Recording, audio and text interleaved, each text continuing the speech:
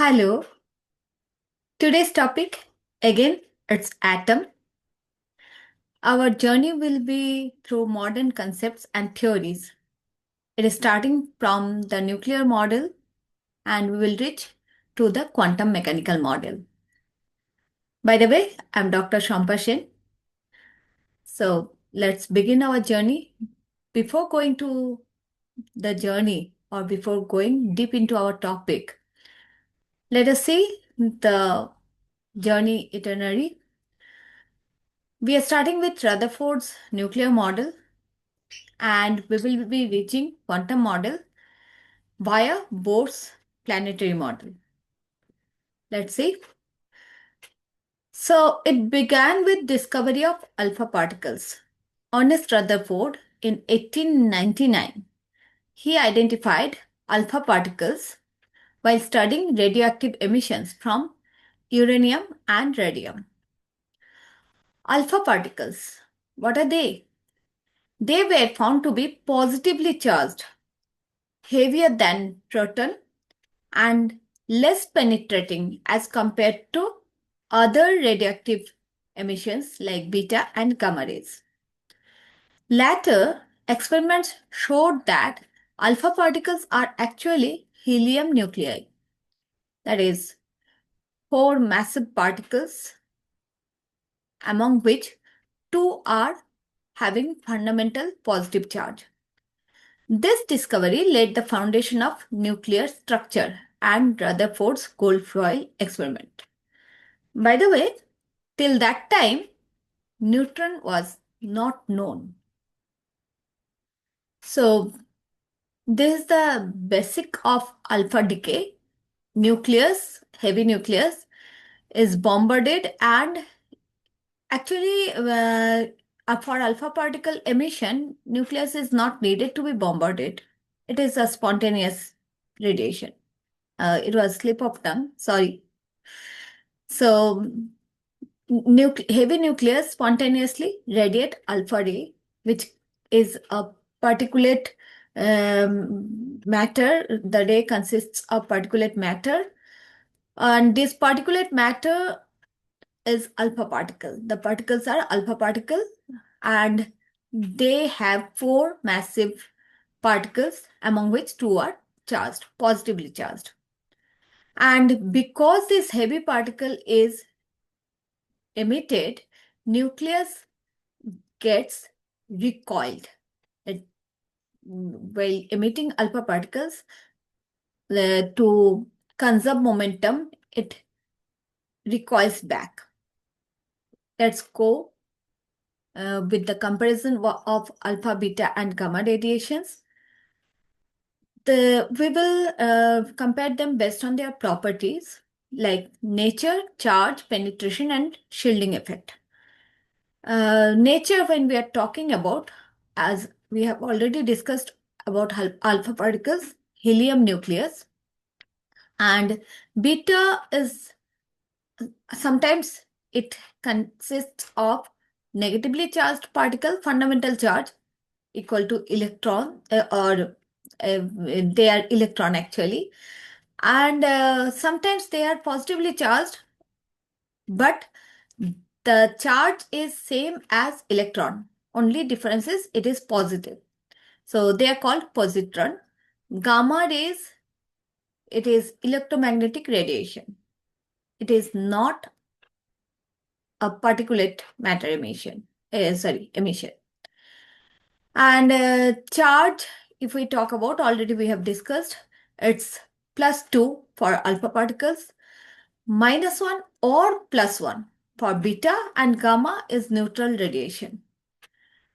Penetration power for alpha, it's really low. Beta, it's moderate. And gamma, it's really very high penetrating power. It has very high penetrating power. Shielding effect, even paper or skin can shield alpha particles. Beta particles can be shielded by aluminum foil.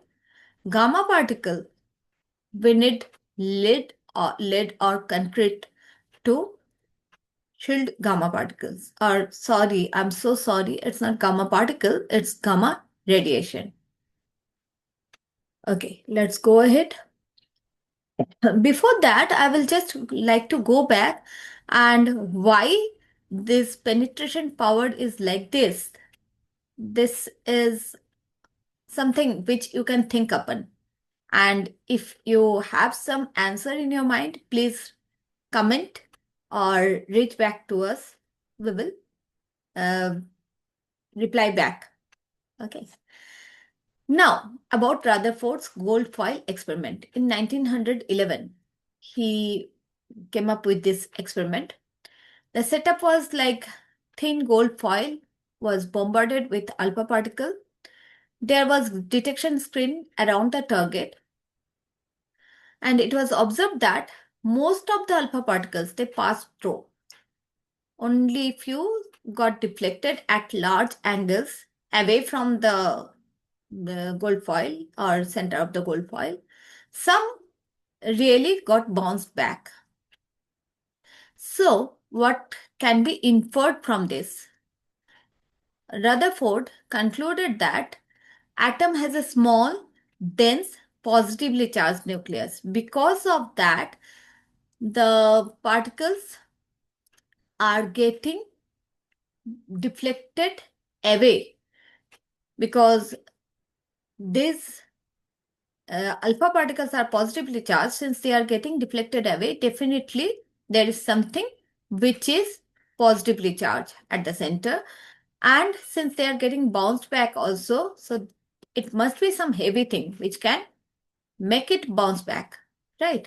So his nuclear model replaced plum pudding model proposed by Thomson. We have studied in last lecture. So this nuclear model is like electrons revolving around the nucleus, and this nucleus is consisting of some positively charged particle, massive particles, and the charge is same as electron. So number of charged particles are same as number of electrons orbiting outside the nucleus. So that atom is a neutral particle. Okay, let's go ahead. Then there were some problem with the previous model, Rutherford's nuclear model. What was the problem? Electron being a charged particle, when it is orbiting in a circular path, it should emit energy. It should radiate energy. And when it is doing so, it will lose energy. When it will lose energy, its kinetic energy will come down. So its radius or of the orbit or radius of the circular path will gradually decrease.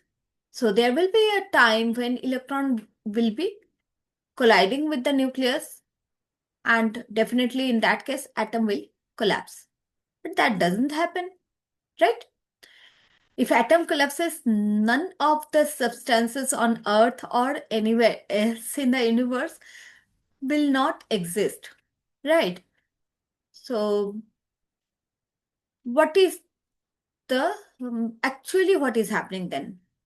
Electrons definitely they are outside the nucleus, they are revolving. So Bohr came up with his planetary model where electrons revolve in quantized orbits, some fixed orbits. Energy is absorbed or emitted when electrons jump between orbits. They are not allowed to revolve in any circular orbit. Some fixed orbits are only allowed to them, and every orbit is having a certain energy level. So obviously, when electrons jump from one orbit to another orbit, they emit or absorb radiation, or we can say energy. So this also explained hydrogen spectrum, because hydrogen has only one electron. How it can happen that when hydrogen is emitting energy, the electrons are emitting energy, we find a spectrum, spectral lines.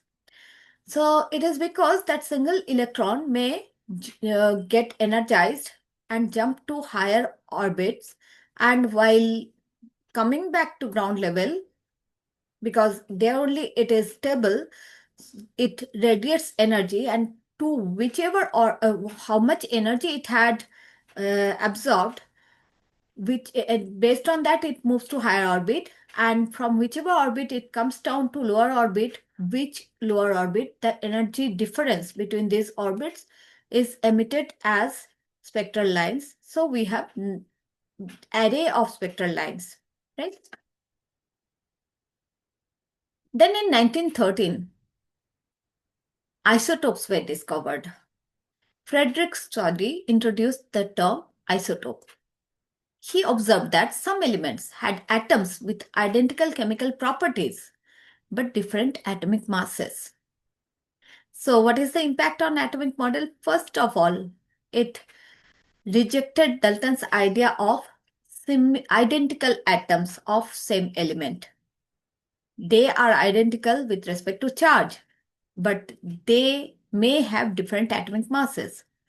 Radioactive decay studies revealed atoms of the same element behaving differently in mass-based experiments.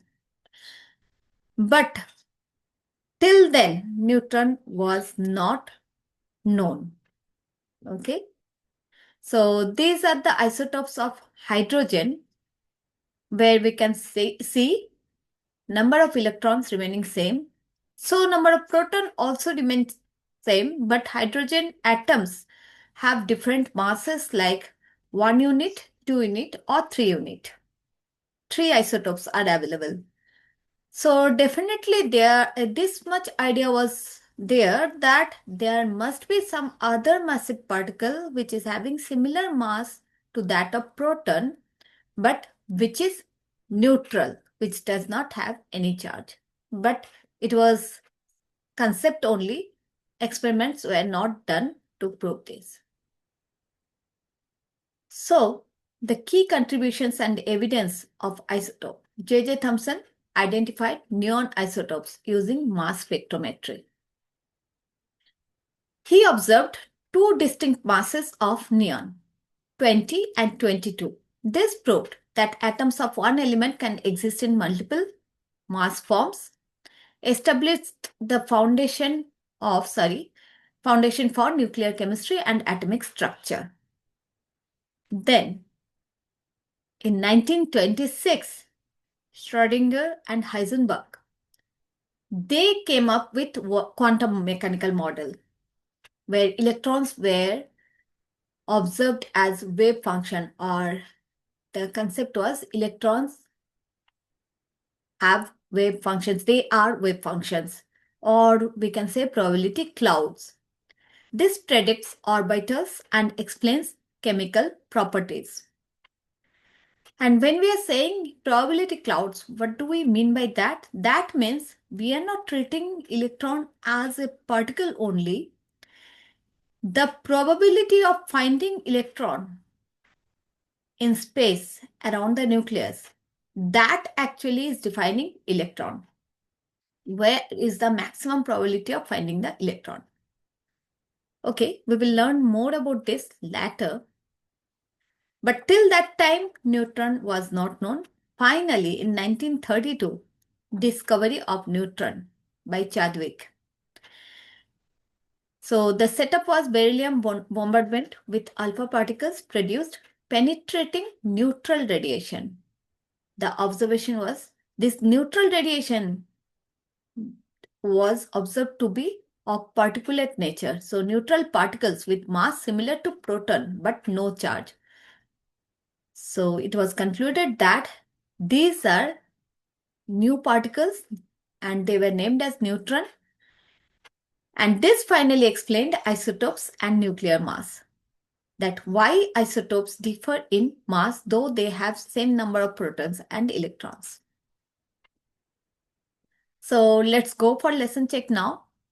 We will have one more lecture on this atomic structure where the modern theories will be discussed and electronic configuration, that is placing the electrons or the address of electron, will be discussed.